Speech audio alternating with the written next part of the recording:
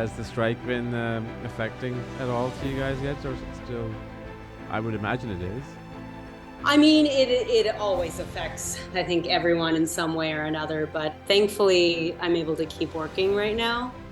So Okay, well, that's that's good. awesome. Yeah, but I know it's That's very few and far between. Yeah, I think last time when we talked was when it was in the initial weeks or so when the Guardians of the Galaxy came out, Yes, and I'm surprised, but I'm not surprised that it's gone this far. same, same. Yeah, I don't see any end in sight. The way it looks to me, it just feels like the studios are gonna win out. But I hope I'm wrong. I know. I don't even want to look in the crystal ball anymore. I'm kind of just like nose to the grindstone, just keep working. Yeah. Hopefully, S- hope for the best for everybody all around. But I don't know. We're not hearing really anything either. So we're just like very grateful to just keep working. So are you allowed to work outside of the associations, or you can't do that? Just so that I get clarity on that. Like, are you able to do stuff outside of the union at all, or no? Oh, sure. Yeah. So we're right now we're prepping. So we're in a separate union entirely. So SAG-AFTRA is actors, Yeah. stunts, puppeteers, etc. So you're And not affected by it at all, at no, least I for mean the. we're as part of the IATSE crew are affected only in that like other films can't keep going without the actors or without stunts or without the writers. But Right. thankfully, yeah, we're able to keep going with our script and you know, eventually there will come a time where we will need actors. But for right now, we're able to keep prepping as an art department, which has been awesome, just awesome. That's good. Well, the interesting thing is when things do get back to normal. I mean, there. I don't know if we've hit that point where there is lack of films and Yeah. in being released or in post production. There'll be that void, and then it will be kind of like COVID. Like everything is gonna come out around, on top of each other, and then it's gonna be a whole mess again. Yeah. Uh, but the nature of business, I guess. I think so. Yeah, that's kind of how we're seeing it. And it's funny, my coworker and I were talking that you know, say that happens. There are so many shows and movies I still have on my list to watch, older films or other TV shows. So if it happens, in a way, it'd be nice to just catch up with some of the stuff I've been wanting Yeah. to watch for ages. But of course, we want all of our friends to get back to work. I mean, so many people I know are out of work. And the last time it was like this was during COVID. Yeah, yeah. What stuff have you been meaning to catch up on? What shows and films? Oh Just my out of gosh. curiosity. Oh my gosh. I've been catching up on a lot actually right now, but oh my gosh, so many old films. I always love going down the like top 100 films in history list and Yeah. checking off the ones I haven't seen. Like, what did I see? I still haven't seen Flashdance. I haven't seen oh my gosh, it's like a lot of those movies that are on the like everybody's top list that I just haven't seen yet. Horror films, a lot of horror films because, you know, it's in Yeah. that season. So I haven't seen like oh, wait, I did see Pumpkinhead, but I haven't seen recent ones like Barbarian, Pearl. Um, so yeah, like the list goes on and on, where it just starts building up. And I'm trying to power through some stuff, but man, like, and then you have other stuff coming out now, like Loki season 2 is coming out. I'm excited for. I'm trying to think like what other things are coming out. Um, Have you seen in the top 100? I'm sure it's in the top 100. It's kind of like it's not really a horror, but it's like a supernatural comedy. Ghost. Ghosts, like the British version. No, no, the Demi Moore, Patrick Swayze, Whoopi Goldberg one, the one Oh, that came. yes, I adore Ghost. I love Ghost. I love that theme song. I love everything. Yes, Yeah, I've seen Ghost. I need to rewatch that. That's a good one for this. yeah. I haven't seen it in a long time. I actually saw a horror movie just recently. It came out in Yeah. 2002. I remember everybody talked about it. I never did, and I didn't even know what it was about. Jeepers Creepers. Oh gosh, and you didn't know what it was about? I I had I had no clue. I didn't even know where the film. It just kept going this way, that way, and complete shocks and surprises. yeah, yeah. I mean, there's a few that it's kind of nice going in without Not knowing knowing. Yeah, yeah, sometimes, and then you go, what in God's name is going on? What am I watching right now? I did yeah. see not horror, but I watched recently this TV show on BritBox called Staged with Okay. David Tennant and Michael Sheen, and it takes place during COVID, and it is so hilarious. I just haven't laughed that hard in so long. And it just like this whole working from home, it just kind of wrapped up like all this tension and feelings that everybody had and the Yeah, film industry and speaking to, talent. It actually is quite poignant right now just because of what the actors are going through. And but anyway, so yeah, I have a long list, but I'm trying to catch up little by little. And when people recommend something now, I'm like, okay, great, I'll add it to the list because I can't, it just yeah. I know it's a big list. It just nowadays everything is there's so much of it, right? like I'm even looking at your books down there, your list of books. I'm like, which ones have I seen? Okay, I've seen that, seen that, seen that, seen that. Have you seen Dead Man Walking? Oh, another one I adore. Yes, I've read the Yeah, that. book. Love it. Yeah, I saw that again after a long time, and boy, what an incredible film that was. And that Yeah, soundtrack is oh, beautiful. I actually spoke to David Robbins, who is Tim Robbins' brother, who composed the music, and there's an artist. I don't know if you're familiar with him, who does the all the background vocals. He's originally from Pakistan. I grew up watching him, and Really? so he actually sang with what's their name? Bruce Springsteen. He had an album with Peter Gabriel, and that's how they discovered him. And then he passed away a few years later. But the Dead Man Walking soundtrack is incredible. It's absolutely incredible. Oh, that was one of the early soundtracks that I purchased because it's just, and I Yeah. still love soundtracks, but that was back when you could just get CDs. And Yep. but oh, that's such a good reminder. Yes, I did love that film. I need to watch that film again. Um, see, I need like a another list, like a rewatch list as well, There's so many great films. Like just even looking at your that like again your books where I'm like, yeah, E.T. I love it and I listen to the soundtrack all the time, but I would love to watch it again. Yeah. Um, Yeah. Gladiator, yeah, absolutely. Yeah, Gosh, there were some great films back in the time. I mean, there still are, but I don't know, maybe we've outgrown the stuff that comes out now. I just find stuff is very different. But in any case, what are you, before I go into your work on Jurassic World, anything that you're working on that you're able to disclose? the only thing I can disclose, I'm working on Superman, the DC James Gunn. Yeah, so Oh, it's in a lot nice. with a lot of the same team from Guardians, which is great. And that's no secret. That's still out. Fantastic. But that's all I can say. But it That's is fine. Good for you. Good for you. You must be excited. oh so excited. It's awesome. I can't say anything about it. I'm just very Yeah, excited. yeah, yeah. That's fine. I completely understand. Let's talk about your role on Jurassic World. You worked on the first one, right?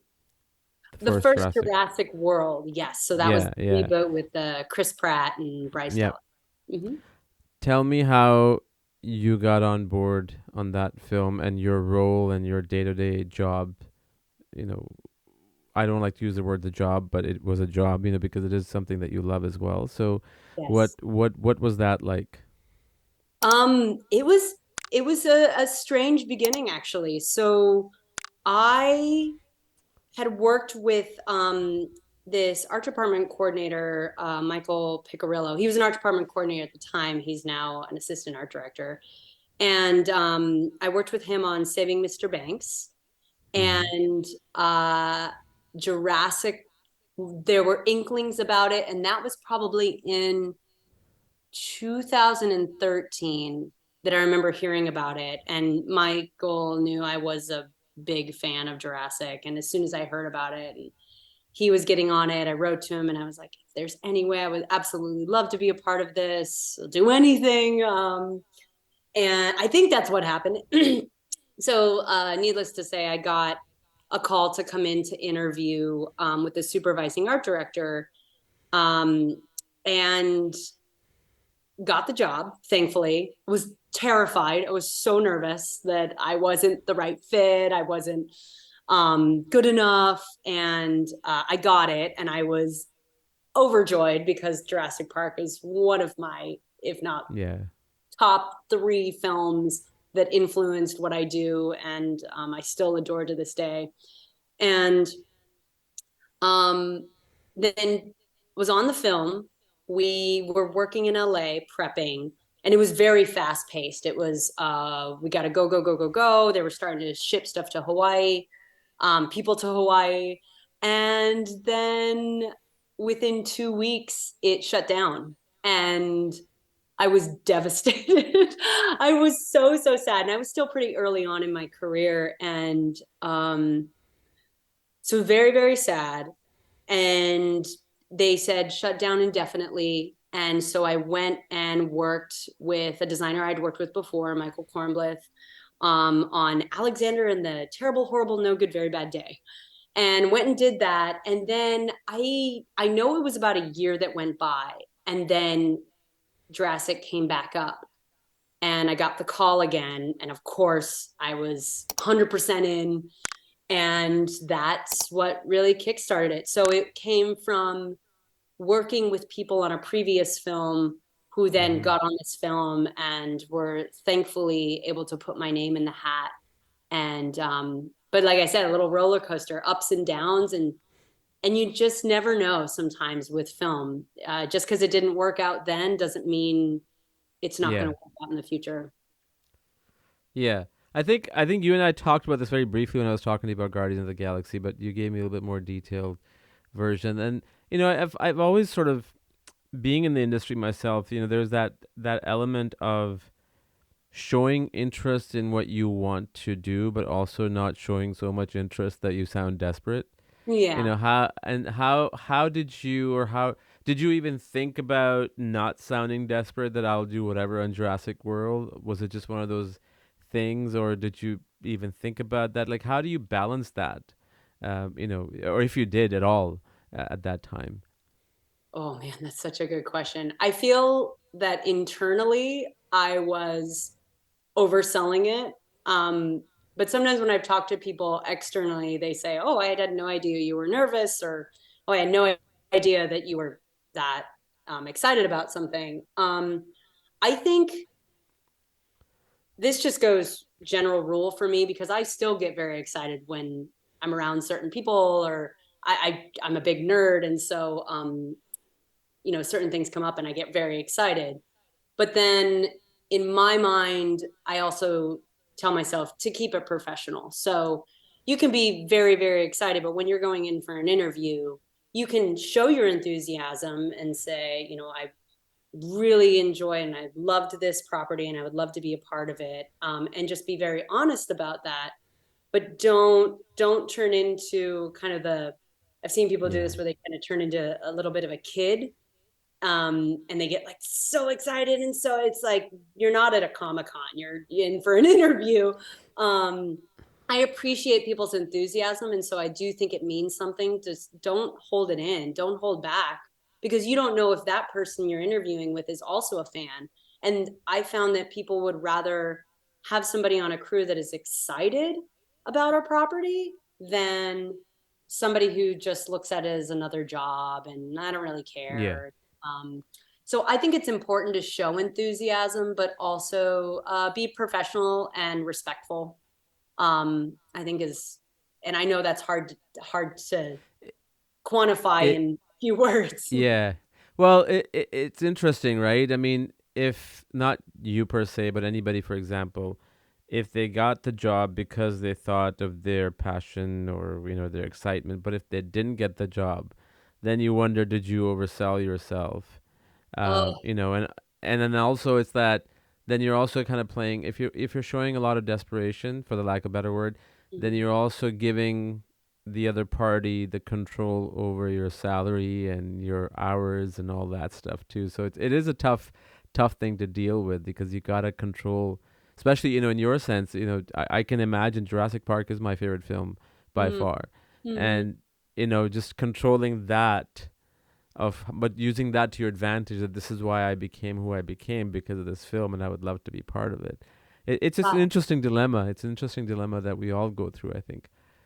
I think so. No matter what industry you're in, if you worked really hard and you are willing to do anything, but also you should never be taken advantage of. And this is something spoke about with some colleagues recently as well. Just that we've all paid our dues. We've all worked on low to no budget stuff, and we've all climbed the ladder. But um, that doesn't, and you have that like passion project that you just would do anything for. But at the same time, if there's red flags or if somebody's taking advantage of you or something, it's your self-worth is not worth getting treated poorly or getting taken advantage of.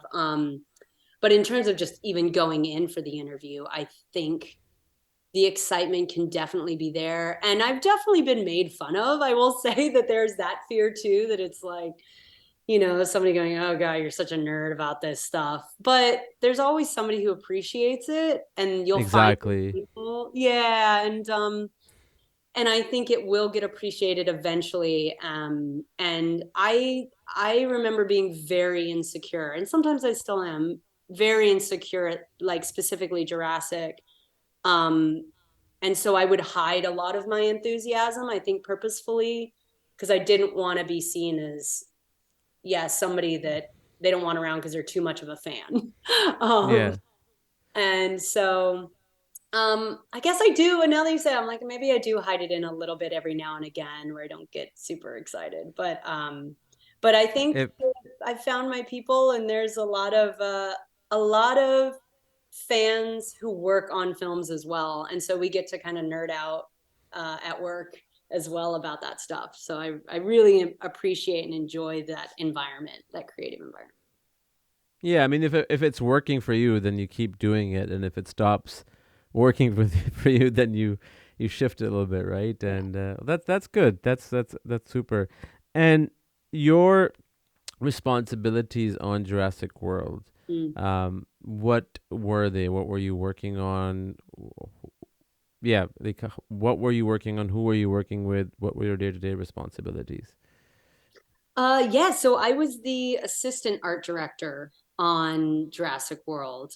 So as an assistant art director is kind of exactly what it sounds like.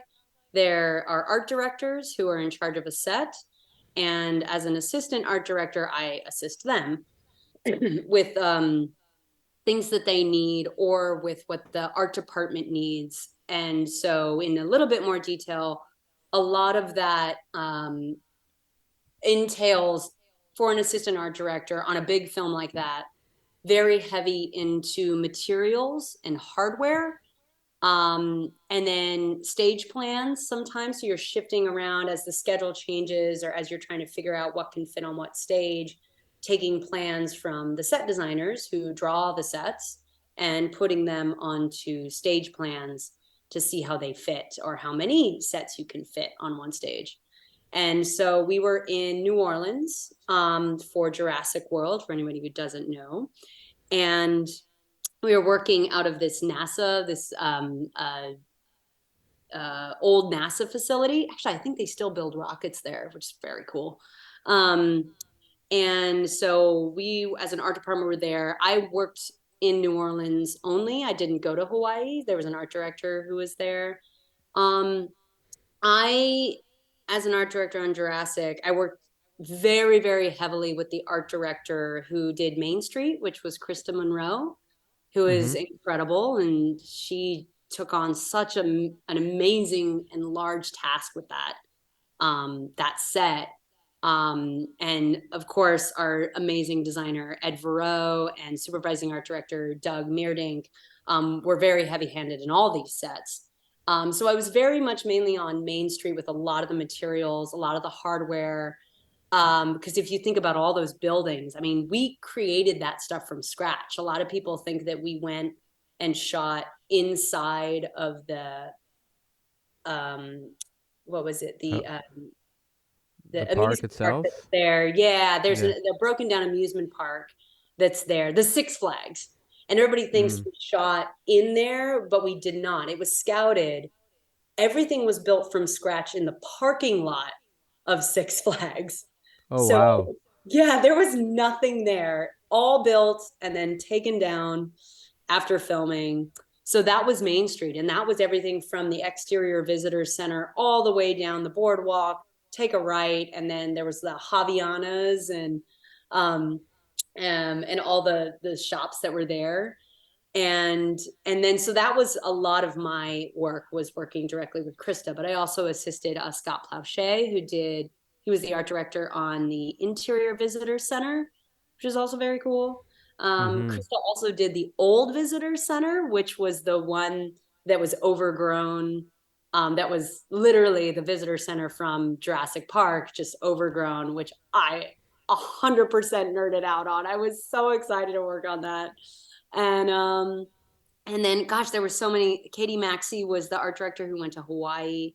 Um and I feel like I'm forgetting somebody in here. But we had such an incredible crew. And so I was, like I said, working with materials and hardware. But Sure. then assistant art director, sometimes you're going to the set designers and you're trying to get information from them. What do they need? How can I assist them with their drawings, finding the hardware, or finding a wallpaper or material that can fit within their wall or their door that they're doing. Another one that was really great was the raptor paddock, I believe it was called, and Mm. George Lee was the set designer. And one of the things I was able to find as an assistant art director, I remember they came to us, and I think it was Doug who may have came and said, "Okay, I need something for that part in the script where they hold the raptors so that they can, they can do their vet stuff on them." And it was one of those where it's like, don't know what it is. We need to find something out there, maybe something from the farm industry. So it was this crazy dive into finding out all about cow. I don't know what they call them, like cow containers. There's a word for it when they have to give vaccines to cows. They put them in this Okay. cage to keep them safe and to keep them steady and sturdy. So we got one of those. I was like calling all these places in Texas, all these farm places that had this equipment.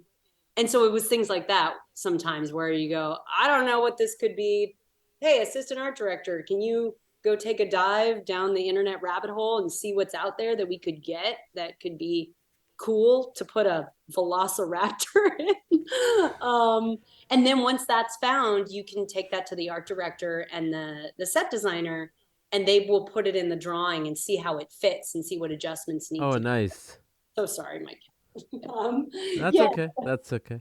So yeah, that was those in a nutshell. That's assistant art director duties on a big film like that. Did you were you ever at in the presence of the animatronics of any dinosaur?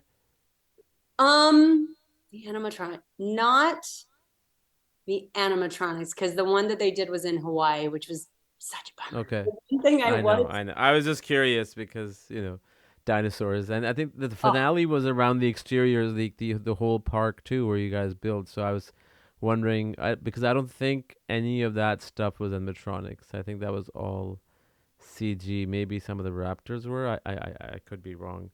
well, But we had these heads. What was really cool, I yeah, believe it was Legacy had made, and they do this on a lot of films. If there's a creature or something that they need a reference of, they'll yeah, do a physical maquette. So we had a physical maquette of, I believe, Blue. And I know we had a few of the other ones, and they did animatronics in Hawaii. But the thing that I loved so much were the people who played the raptors.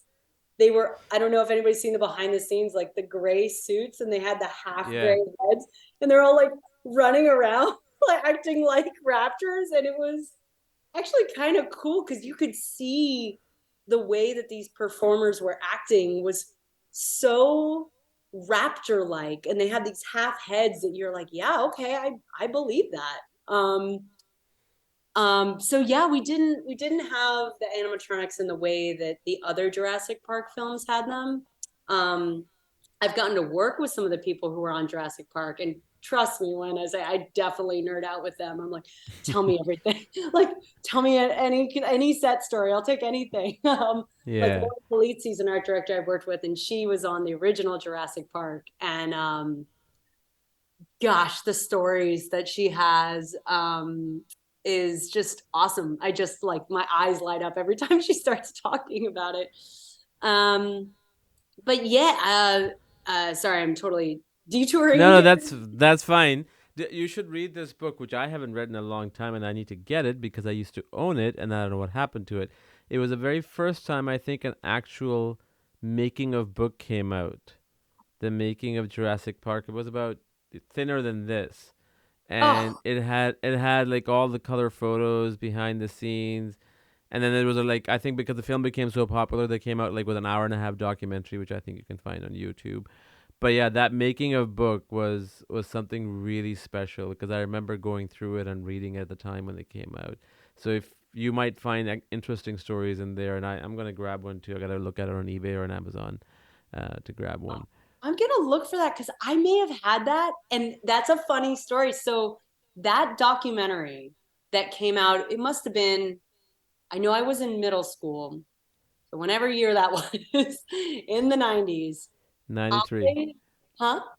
93 or 94, the documentary came out, I think. Oh my gosh. So I distinctly remember being in art class. And I don't know if the teacher was just like, I just need to put something on, or if it was a substitute teacher. I remember them playing that documentary. And it was one of the first times because I had loved Jurassic Park so much growing up. It was one of the first times that I looked at it and went, wait, these people get to build dinosaurs? Like there's an art they built, and I remember like that was a distinct moment that it changed my trajectory, where I was like, that's what I want to do. I mean, obviously I'm not doing creature design, but it Yeah, steered me towards the art department for sure. It was defining moment in my life. it's funny you mentioned that because the day Jurassic Park came out, I mean, there was a whole story of how it led up to me getting aware about Jurassic Park, and I never saw the film until it came on VHS 16 months after. But I remember Entertainment Tonight. You know how they used to do like on a Friday, like the movie Yeah, thing, yeah, and they went around. I'm guessing it was LA, like asking people what they thought. yeah, And I've been looking for this clip and I can't find it. There was this woman standing with a kid, and yeah. she said, "Spielberg is a genius." And that was it. That's when I became aware of Spielberg, and that was when my trajectory shifted completely in that Really? direction. It's just so that moment, the way you mentioned about the is embedded in my head, and bunch of newspapers I used to own when the movie came out. It's just crazy how many people that film has influenced. It's incredibly amazing. I just read something recently. That's so interesting because Spielberg is a genius. You want to talk He about someone is. who I will nerd out on and probably like try to like be professional would be Spielberg. Meeting him, I would bow like all my praises. I read recently this article about, and I know that this is true because of there was an HBO documentary on Spielberg that he Yeah, I wasn't saw that. yeah, right. That he wasn't taken seriously as a director because he was doing blockbuster films. And, growing up with him, that never even occurred to me. I just always saw him as a genius, but that they wouldn't let him, the studio maybe wouldn't let him direct Schindler's List without Jurassic Park in the can first.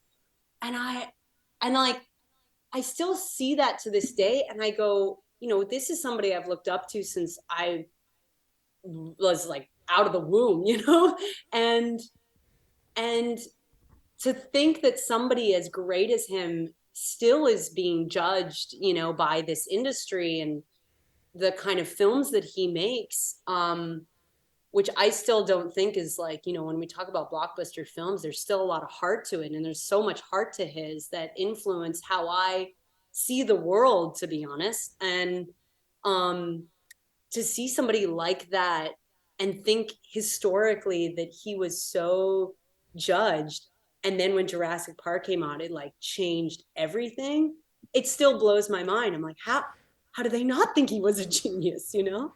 It's funny because I don't know anybody in history of filmmaking who came out with two distinctively different films in the same year and swept the Oscars. And what's mind-boggling to me, have you ever seen The Color Purple? Yes. Okay. I Yes. don't know how he was not taken seriously. I mean, there's that scene in that film when the two sisters are being separated. Yeah. And I saw that again recently. And that scene, holy moly. I mean, I don't know anybody on this planet that is not going to get gut wrenched. Like, you cannot, I don't even know how they did not take him seriously as a dramatic filmmaker because Color Purple did that. I mean, Yeah. if you take out the entire film as not that great, which it was, and just even focus on that scene, you have to be made of rock not to, have a tear in your eye.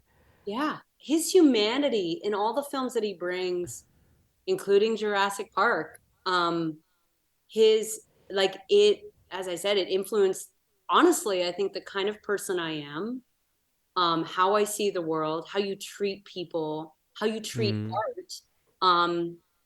I was one of those people who loved the Fablemans. Yeah, I I loved it too. Oh, I loved it so much. I related to it so much so that I was like, that childhood part of me that's like, Spielberg, you are my everything, like just reignited, because I was like, I know what it feels like, where this art, this thing that we're doing means So everything to me, much. Yeah. so much. Um, It's amazing. It's amazing. yeah, I love it. I'm just looking at like your Indiana Jones. Oh my God, I could talk about Indiana Jones. I went to Jordan this year Oh, did you? mainly for the reason to go see Petra because of Indiana I Jones. was gonna, yeah, I was gonna ask you, is that what you went for? Yes, that's what I went for. But I have to say, Jordan is an incredible country, and Yeah. just the people, the desert, the food, the history. My God, just I went north to south, and it was. If anybody's questioning going to Jordan, I went by myself. Just I went with like a little tour group, but traveled by myself. Do it. You can do it. Put it on your list. Yeah, I've been meaning to go to Jordan and Morocco for quite some time. Morocco is another good place for tourism, and it's relatively economically cheaper to spend money there in terms of Oh, really? food and yeah. But yeah, I mean, again, going back to Spielberg, he's just there's one I remember you talking about his humanity. I'm kind of going off topic here, but it's just one of those things. Yeah. He Schindler's List, it premiered on NBC after it won the Oscars. I think it was late '93, and it was going to be commercial free because they were not going to have any commercials. And Spielberg did this intro, and he said these words, and that's something that stuck with me. The way you talked about the humanity part, he's like, "Not everybody is born with hatred. You Oh, acquire hate. You acquire hatred." I mean, obviously, he was talking about the Nazis and all the stuff that they had done and the character that Ralph Fiennes played. But yeah, that is so true. It's that you're not born. You don't think about those things. You're not born with hate, like and you're not necessarily even born with love. Maybe I don't know, but I'm just the fact that you can just say something like that, and despite the fact that he belonged to a community that went through the persecution, and he was able to give that seldom objectivity to a character. I mean, that to me is like great respect. oh God, I didn't know he said that. That just makes my day. I just love that so much because that's exactly how the things I believe as well, and that humanity, man, the things that he says, and just like you said, how it treats characters, fictional and real ones that he's done. He treats them all real. Yeah, Um, and that's what I love about that. And I see that in other directors now. I do think the reason Guardians 3 did so well is James is so good at telling that human story as well. In a tree, in a raccoon, like these characters that you suspend your disbelief about them being real because they're so real as it we relate to them um as humanly as possible because that's what a great storyteller is. And so 100%. yeah, 100%. I love that. And on Jurassic World, what scenes? Oh, not sorry. What scenes? How long were you there? How long were you worked on this on the film for? Was even whether it was broken into different segments or continuously? Um, oh, I've never told it up. Usually on a film like that, I think it's between 7 to 8 months. I believe I flew there in February of Mm-hmm. 2014. Yes, I flew there in February of 2014, and then I finished in end of June or July. And then I went because I remember I flew to Boston to do The Finest Hours after that, if anybody's seen that film. Um, Another great film and filmmakers. And so, gosh, so what would that make it? Yeah, it's 5 plus a few months on the or a few weeks on the back end from the earlier iteration. But that's as an assistant art director. I know that Krista. Oh, I'm sorry. I take it back. I was working in LA a bit on Jurassic, I think in January of that year before Mm. I traveled. But even before then, the designer is on longer, the supervising art director, and some of the art directors can be on longer than an assistant. Assistant is usually brought on a few months in because they've developed some of the sets, the concepts by then. Um, and then that's when they really start to crew up. Hmm. Got it. You should also. You must have heard of the Ultimate Visual History of Jurassic World, the book that came out last year. No, I did not hear about this. The ultimate. Oh, it's there is a series called Ultimate Visual History. There is a bunch of films that have been made on it. There is Oh, Jurassic World trilogy, and there's even Jurassic Park trilogy. oh my gosh. So here, so it's this, and it has like ridiculous amount of sketch work, stories, storyboards. I mean, I don't know if you can see it. Oh wow. Yeah, This is so it's cool. totally worth getting this one, and then there's a Jurassic Park one too, like Jurassic World trilogy and Jurassic Park trilogy. Oh my gosh, Um, I'm gonna have to tell our crewmates. That's so cool. I saw the map in there. So Ellen Lampel, who's one of my good friends, she designed the Jurassic World map, and we just still to this day talk about like how crazy it is. Like fans are making T-shirts out of it and maps, and it's like you made that map. Like how cool is that? That is awesome. I had no idea that these books existed. Thank you for telling me. no problem. You'd be surprised how big. I was talking to the author of this book, and we were talking about this. That I mean, I'm a huge Jurassic Park fan, right? Um, but I had no freaking idea that there is such a gigantic fan community out there. That Yeah. there are Instagram accounts of people in Europe mainly who have literally there's I guess these companies have got license from Amblin Universal for Europe, so they have all these life size like this gigantic miniatures, authentic looking T-Rex, raptors, and some people have rooms filled of them. Like that's all they collect. I mean, you're talking easily over $100,000 worth of stuff, Oh my God. and it's insane how much of a fan community that these films have. I just did not know. I thought Indiana Jones had it. I knew Star Wars had it. I know ET had it, but I guess Jurassic Park wasn't that old until maybe 5, 6, 7 years ago when those people who grew up watching it became older and they started kind of getting into that again to relive their childhood. Oh, I mean, I feel like I'd probably be one of those people if I wasn't in the film industry because I have this is an embarrassing thing. I have a little traveling velociraptor that I got as a PA on Dinner for Schmucks, and it was my little figurine I wanted to have on my desk. That thing has traveled to I put it on all of my movie sets. Every set I work on, I take a photo with it. that Velociraptor has traveled all over the world with me, and I have photos of it on the Jurassic World set.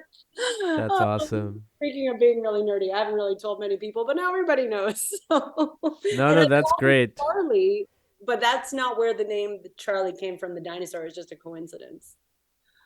Yeah, no, it's good to have those kind of things. Some, you just get attached to some of these little, whatever miniatures or toys, and they just hold a certain significance for you. And whatever it is what it is. The thing, you know, if it's nerdy, it's nerdy.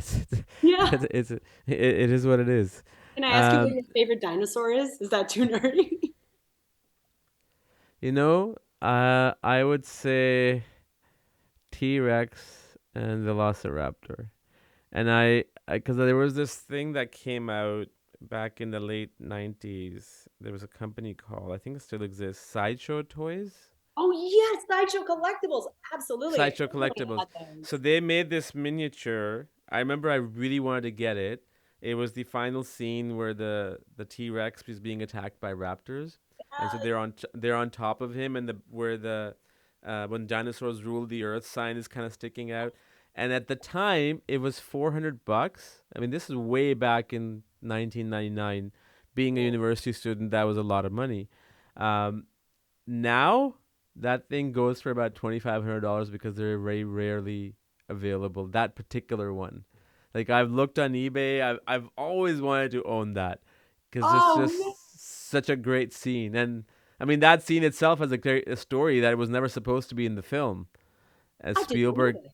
yeah, Spielberg thought that T Rex, if he doesn't bring back until the end of the film, the audience is not going to forgive him, and so he just threw that in there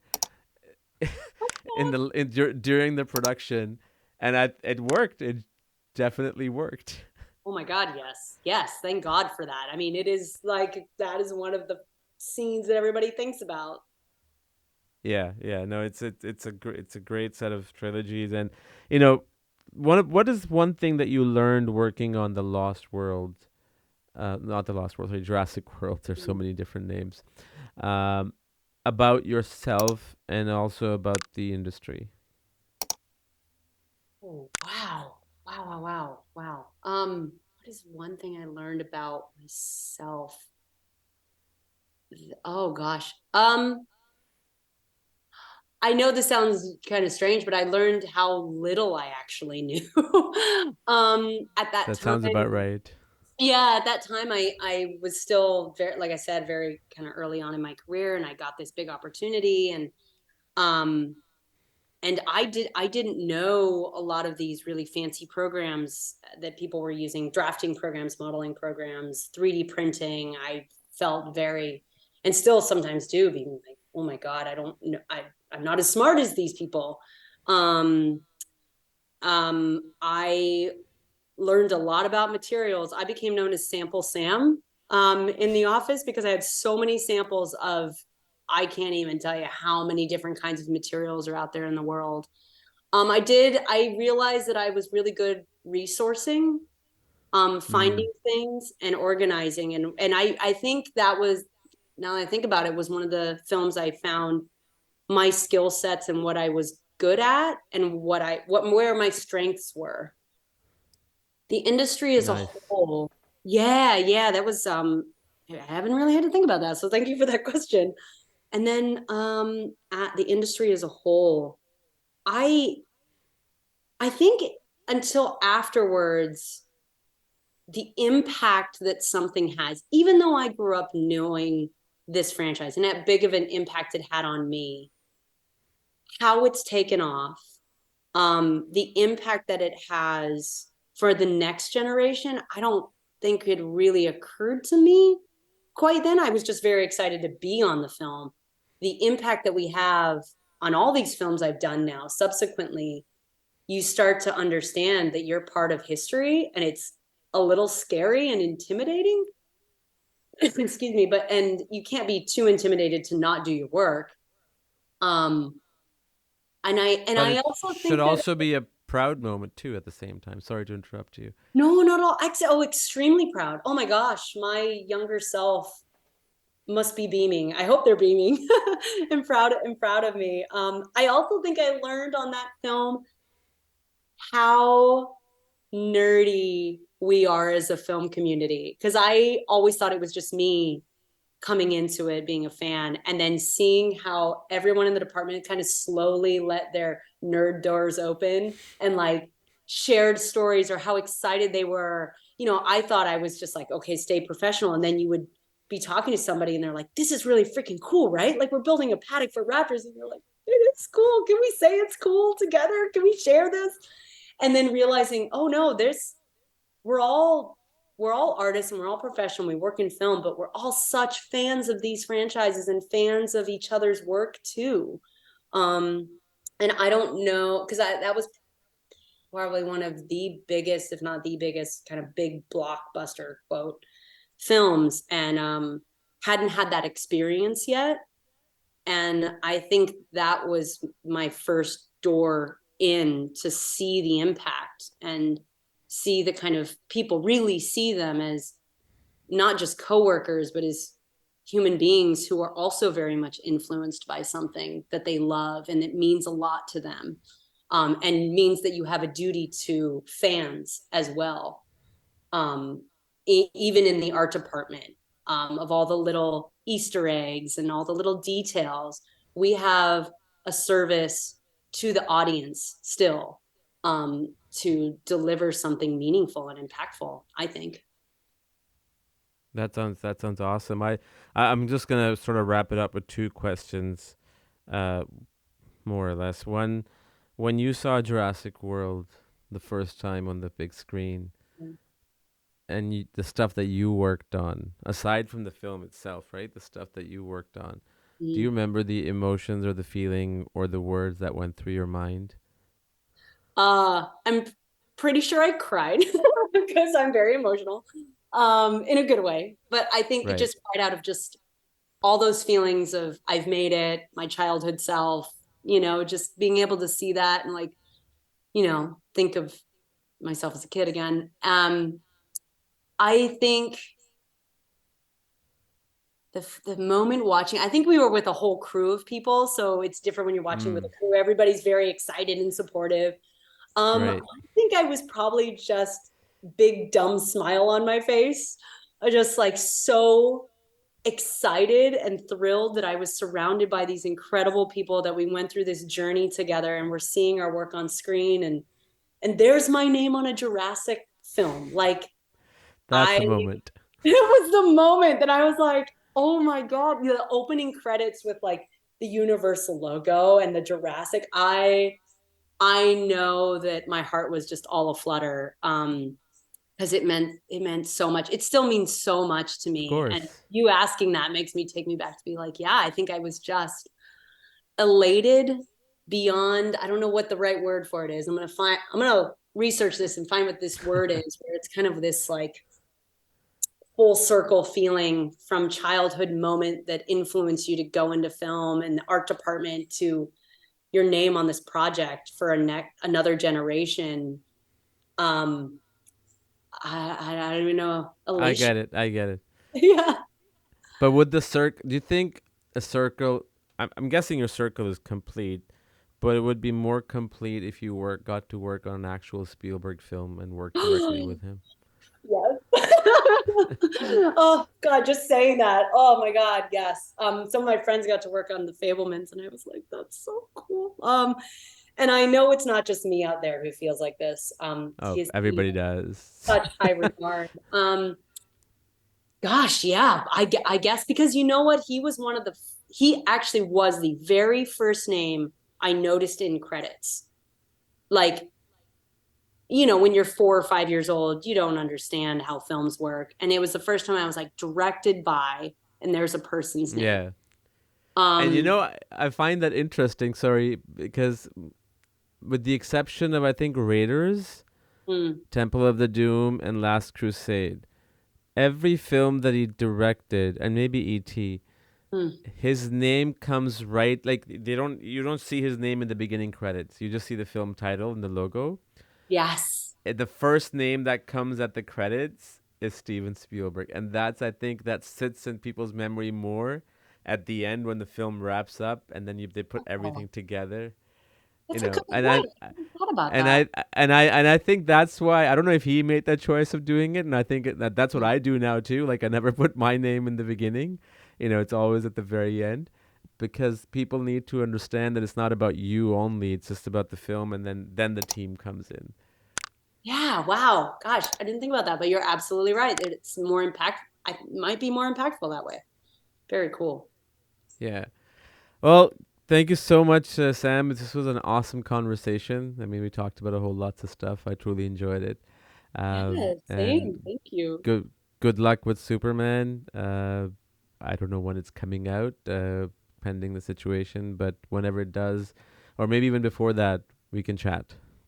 Yeah, I would love to. Thank you so much. As you could tell, I could talk for hours about Jurassic. There's so many incredible stories. But again, shout out to all the incredible art directors, designer I worked with. There's and our construction team, our set tech team, like just amazing people that I feel like I learned so much from, and I feel very humble. I hope you enjoyed this episode. Thank you so much for watching and listening. Don't forget to subscribe, like, share, and comment, and do come back for another episode. Until then, have a great day.